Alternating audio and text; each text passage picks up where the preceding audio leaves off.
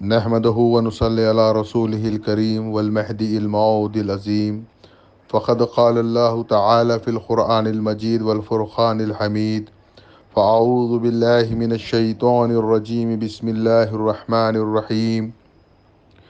إنا أنزلناه الله في ليلة القدر. صدق الله العظيم.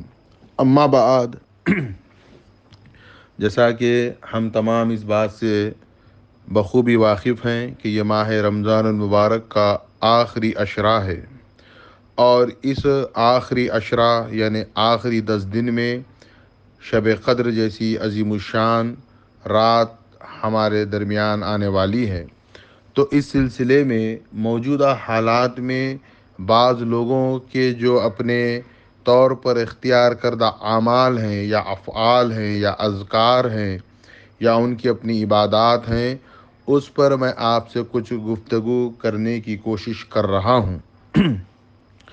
دیکھیے، اولاً سب سے پہلے تمام اعمال کا اور آپ کی عبادات کا دار و مدار ایمان پر ہے اور نیتوں پر ہے۔ چنانچہ ہم چونکہ میراں سید محمد جون پوری کو خلیفۃ اللہ امام مہدی آخر الزماں علیہ الصلاۃ والسلام مانتے ہیں، اسی لیے ہم مہدوی ہیں۔ تو ہم مہدویوں کے لیے یہ بات جاننا بے حد ضروری ہے کہ ہم صرف اور صرف 27ویں شب کو ہی شب قدر مانتے ہیں، چونکہ ہمارا ایمان ہے کہ خلیفۃ اللہ امام آخر الزماں مہدی موعود علیہ السلام نے بحکم خدا ہم پر اس رات کا انکشاف کیا ہے۔ لیکن موجودہ حالات میں ہم سب اپنوں غیروں سے متاثر ہو کر طاق راتوں پر بھی عبادتوں کا اہتمام کرتے ہیں، جو سراسر غلط ہے۔ خدا را یہ منافقت آپ ترک کر دیجئے، یہ منافقانہ زندگی، یہ منافقت ایمان کے ساتھ، اللہ کے ساتھ جو ہم کر رہے ہیں، یہ اللہ کے پاس قابل قبول نہیں ہے۔ ہم مہدوی ہیں تو مکمل ایمان اور عقیدے کے پختگی کے ساتھ مہدوی رہیں۔ ہم ادھر چلے جاتے ہیں، کبھی ادھر چلے جاتے ہیں، کبھی طاق راتوں کا اہتمام کر لیتے ہیں، کبھی مجھے بہت افسوس ہوتا ہے یہ کہتے ہوئے، میں مسلسل بارہا یہ بات کہا ہوں اور انشاءاللہ کہتا رہوں گا۔ یہ میرا اپنا فریضہ ہے کہ مجھے آپ کو حق اور باطل بتانا ہے۔ شب قدر کی فضیلت یہ ایک الگ موضوع ہے، الگ ٹاپک ہے، لیکن فی الوقت میرا موضوع ہے کہ ہم غیروں کی پیروی کرتے ہوئے طاق راتوں کا بھی اہتمام کر رہے ہیں۔ ہو کیا رہا ہے میں بتاتا ہوں، جو پریکٹیکل عوام کر رہی ہے۔ حقیقت میں عوام بالکل منافقانہ زندگی کو اختیار کی ہوئی ہے۔ کہیں پنسورے میں پڑھ لیتے ہیں کچھ فضیلتیں، اور کہیں ٹی وی پر کسی کا بیان سن لیتے ہیں، سوشل میڈیا پر کوئی بیان سن لیتے ہیں، یا اپنے دوست احباب سے کوئی بات سن لیتے ہیں، یا اپنے دوست احباب کو سن کر انہیں خوش کرنا چاہتے ہیں، تو طاق راتوں کا اہتمام اپنے اپنے طور پر کرتے ہیں۔ اور پھر ان طاق راتوں میں کیا کرتے ہیں؟ تو نفل نماز پڑھتے ہیں۔ یہ بات بھی ذہن میں رکھیں کہ قوم مہدویہ میں، ہم مہدویوں کے پاس نفل کوئی عبادت نہیں ہے۔ ہم نفل نماز نہیں پڑھتے، ہم نفل عبادت نہیں کرتے۔ ہم فرض نماز اور سنت نماز ادا کرتے ہیں، اور وتر کی اور نماز عید الفطر کی واجب کی نمازیں ادا کرتے ہیں۔ یہ ایک الگ موضوع ہے، لیکن بنیادی طور پر آپ کو یہ سمجھنا چاہیے کہ طاق راتوں میں کیا کر رہے ہیں کہ آپ اپنے طور پر نفل نمازیں پڑھ رہے ہیں، عمر قضا نمازیں پڑھ رہے ہیں، اور قرآن مجید کی مختلف صورتیں پڑھ رہے ہیں، اور نامعلوم اور جو آپ کو جہاں سے میٹیریل ملتا ہے آپ اس کا اہتمام کر لیتے ہیں۔ آپ ہر بات میں ہم سے یہ سوال کرتے ہیں کہ قرآن میں یہ کہاں ہے، قرآن میں وہ کہاں ہے۔ تو آپ یہ جو اپنے طور پر اختیار کر رہے ہیں یہ تاخراتوں کا اہتمام، تو میرا آپ سے سوال ہے کہ یہ قرآن میں کہاں ہے؟ یہ قرآن میں کہاں نفلی عبادتوں کے متعلق ہے؟ کہاں یہ قرآن میں جو ہے آپ جو اعمال یا افعال کر رہے ہیں اس کے بارے میں ہے؟ آپ کیوں اس پر سنجیدگی سے غور نہیں کرتے؟ اب پھر اس کے بعد یہ آپ عبادت کرتے ہیں، پھر اس کے بعد جب شب قدر آتی ہے تو اپنے اپنے مرشدین کی اقتداء میں نماز شب قدر ادا کرنے کا بھی اہتمام کرتے ہیں۔ تو گویا آپ کیا ہوا؟ آپ منافق ہو رہے ہیں۔ یہ منافقت ہے کہ آپ ادھر بھی جا رہے ہیں ادھر بھی جا رہے ہیں۔ ایسا نہیں ہے، آپ کو یہ بات تسلیم کرنا ہے اور یہ ماننا ہے کہ ہم میرا سید محمد جون پوری کو امام مہدی آخر الزماں مانتے ہیں۔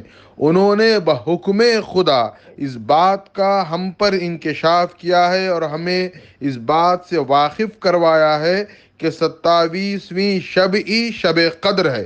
اب اس پر ہم کوئی کلام نہیں کریں گے۔ اگر آپ اس پر کوشچنس ریز کرتے ہیں کہ قرآن میں کہاں ہے، حدیث میں کہاں ہے، آپ کوشچنس کریے، انشاءاللہ میں اس کے آپ کو آنسرز دوں گا۔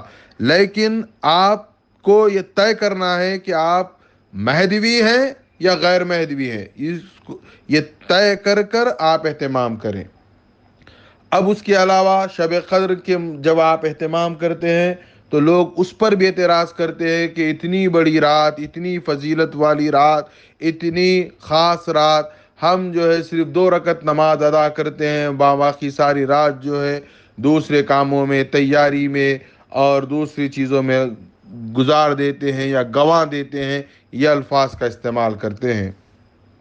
تو آپ اس بات کو بھی سمجھیں کہ آپ مان لیجئے کہ جب نماز مغرب کے ساتھ رات شروع ہو جاتی ہے اور وہاں سے اس رات کی عظمتیں، فضیلتیں، برکتیں، اس کا نزول اللہ رب العزت آسمان سے زمین پر کرنے لگتا ہے، اور ایک مہدوی اس کے ساتھ ساتھ اپنے طور پر دل میں یہ ارادہ کرتا ہے، یہ اہتمام کرتا ہے کہ مجھے نماز شب قدر ادا کرنا ہے۔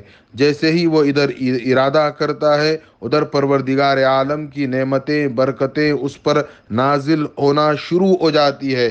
جیسے جیسے وہ تیاری کرتا ہے، وہ تیاری بھی اس کی عبادت میں داخل ہے۔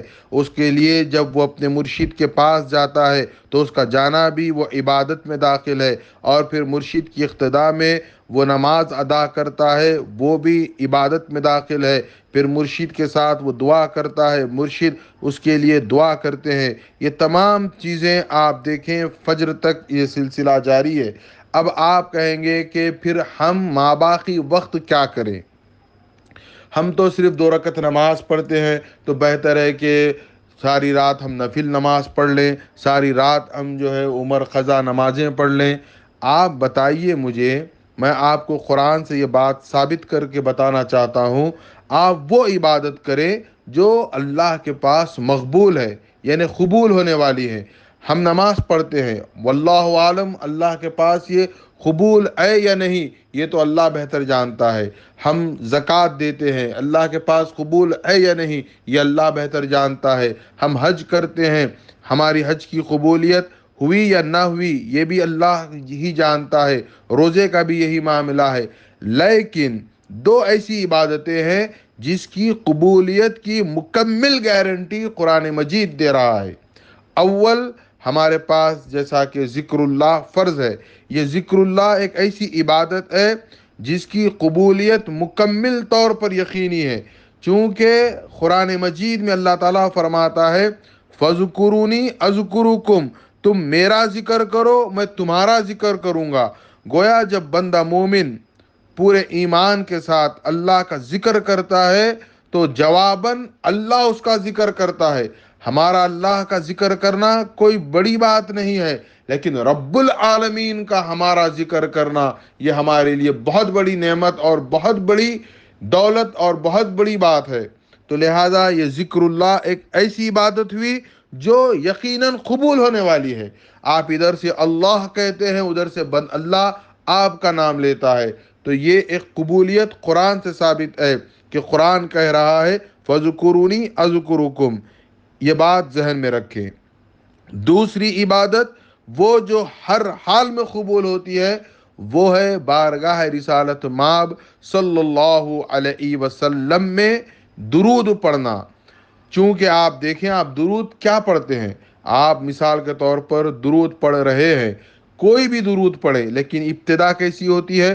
اللہم صلی علی سیدنا و مولانا محمد، یعنی آپ کہہ رہے ہیں اے اللہ، اللہم اے اللہ، اللہم کے معنی ہے اے اللہ، اللہم صلی علی، اے اللہ تو اپنے نبی پر صلاۃ و سلام کر، اللہم صلی علی محمد، اے اللہ تو نبی پر صلاۃ و سلام کر۔ تو اللہ رب العزت یہ جب ہم ادا کرتے ہیں الفاظ، یہ کلمات درود کے، تو سورہ احزاب میں اللہ کیا فرما رہا ہے، آپ اس پر غور کریں۔ اللہ فرما رہا ہے ان اللہ وملائکتہ یصلون علی النبی یا ایھا الذین آمنوا صلوا علیہ وسلموا تسلیما، یعنی بے شک اللہ اور اس کے ملائکہ نبی پر صلاۃ و سلام بھیجتے ہیں، اے ایمان والو تم بھی نبی پر صلاۃ و سلام بھیجو۔ تو گویا اللہ کا عمل کیا ہوا، ہم اللہ کا عمل کیا ہوا کہ نبی پر صلاۃ و سلام بھیجنا، اور ادھر ہم کیا عرض کر رہے ہیں درود میں، اے اللہ اللہم صلی علی، اے اللہ تو نبی پر صلاۃ و سلام بھیج۔ تو گویا ادھر اللہ کا خود یہ معاملہ ہے، اللہ فرما رہا ہے ان اللہ و ملائکتہ یصلون علی النبی، یعنی اللہ اور اس کے فرشتے نبی پر درود و سلام بھیج رہے ہیں۔ تو یہ درود ایک ایسی عبادت ہے جو قبولیت کا درجہ رکھتی ہے۔ آپ کسی بھی حال میں کسی بھی عالم میں درود پڑھے، اللہ اس کو قبول فرماتا ہے۔ گویا آپ یہ دو عبادتوں کا اہتمام کریں، نفل نمازوں کا یا مزید دوسرے اذکار کا یا عمر قضا نمازوں کا اہتمام نہ کریں، یہ جو قبول ہونے والی عبادت ہے اس عبادت کا اہتمام کریں۔ اور پھر اس کے ساتھ ساتھ یہ بات بھی ذہن میں رکھیں کہ نماز کا جو تعلق جو معاملہ ہے یہ دراصل ہماری نیت پر ہے۔ حدیث رسول مکرم صلی اللہ علیہ وسلم ہے انما الاعمال بالنیات، اعمال کا دار و مدار نیتوں پر ہے۔ ہم اگر نیت ہماری نماز کی ہے کہ بس ایک فریضہ ہے ادا کر دینا ہے، ایک عبادت ہے ادا کرنا ہے، یا پھر اس کو ہم ادا کریں گے تو یہ اجر ملے گا وہ اجر ملے گا، یا ہماری دنیاوی کچھ مسائل مصائب ہیں اس کے لیے ہم کر رہے ہیں، تو آپ کی جو نیت ہے اس کے مطابق ملے گا۔ لیکن حقیقت میں نماز نام ہے اللہ کی بارگاہ میں، اللہ کے حضور اس کے دربار میں حاضری کا نام ہے۔ ہم گویا بے شک ظاہراً زمین پر ہوتے ہیں، ہمارا قیام زمین پر ہوتا ہے، ہمارا رکوع ہمارا سجدہ زمین پر ہوتا ہے، لیکن حقیقت میں نماز نام ہے اللہ کے دربار میں حاضری کا۔ جب یہ اہتمام یہ نیت کر کے ہم اس کے دربار میں حاضر ہو کر اس کی حمد و ثنا بیان کریں گے، اس کی تعریف و توصیف بیان کریں گے، قرآن کی تلاوت کریں گے، رکوع و سجدہ کریں گے، تو اللہ ہم سے راضی ہو جاتا ہے۔ لہٰذا آپ تمام سے ادباً یہ گزارش ہے کہ شب قدر ہمارے پاس 27ویں شب ہے، اس کے علاوہ کوئی شب قدر نہیں ہے، اور یہ تاخراتوں کا خدا را اہتمام نہ کریں، اور یہ منافقت آپ ترک کر دیں، ورنہ اللہ کے پاس سب کی معافی ہے سوائے مشرک و منافق کی۔ آپ مکمل عقیدے کے ساتھ ادھر رہیں، ورنہ آپ کا اختیار ہے، لیکن آپ جب ادھر ہیں تو مکمل طور پر ادھر رہیں۔ اور اگر وابستگان دائرے حضرت روشن منور سے بعض افراد اگر ایسا عمل کر رہے ہیں تو میں ان سے خاص طور پر بہت ہمدردی کے ساتھ یہ گزارش کر رہا ہوں کہ یہ منافقت کو ترک کریں، اور اگر کوئی بات آپ کو سمجھ میں نہ آئے یا آپ کے پاس کوئی سوال ہے یا کوئی اعتراض ہے تو آپ مجھ سے کریں۔ یہ سوشل میڈیا کا دور ہے، یہ سائنس اور ٹیکنالوجی کا دور ہے، آپ واٹس ایپ پر میسیج کر کے سوال کریے، آپ فیس بک کے ذریعے سوال کریے، آپ انسٹاگرام سے سوال کریے، آپ جو ایپ یوز کرتے ہیں اس سے آپ سوال کریں۔ فقیر بندہ حاضر ہے آپ کو جواب دینے کے لیے، بندے کا کام ہے حق آپ تک پہنچانا۔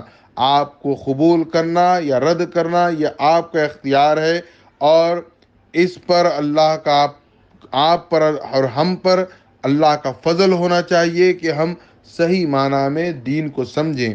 آپ چھوٹے چھوٹے کوشچنس بنا کر مجھے روانہ کریے، میں آپ کو اس کے آنسرز دوں گا، تاکہ آپ دیکھیں کہ آپ کو جینا کس ڈھنگ میں ہے۔ ادھر ادھر سے تمام چیزوں کو آپ ملاحظہ کر کے اگر جینا چاہ رہے ہیں تو یہ بالکل غلط ہے۔